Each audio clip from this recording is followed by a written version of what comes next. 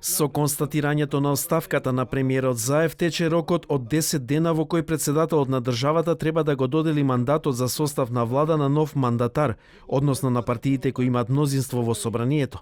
Се најавува дека мандатар ќе биде новиот лидер на СДСМ Димитар Ковачевски.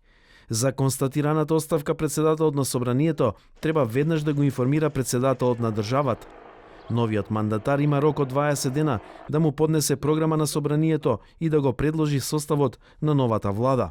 Оставката на председателот на владата повлекува оставка на владата. Владата која поднела оставка или на која мандатот е престанал останува на должност до изборот на нова влада. Стои во членот 93 од Уставот. Владата на предлог на мандатарот и врз основа на програмата ја избира собранието со мнозинство гласови од вкупниот број пратеници.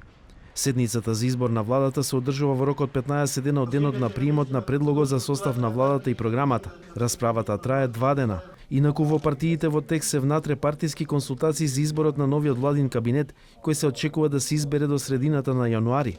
Актуелната влада останува на должност до изборот на новата влада, но само на техничко ниво. До тогаш нема да има нови седници, затоа што владата во оставка не би требало да предлага закони.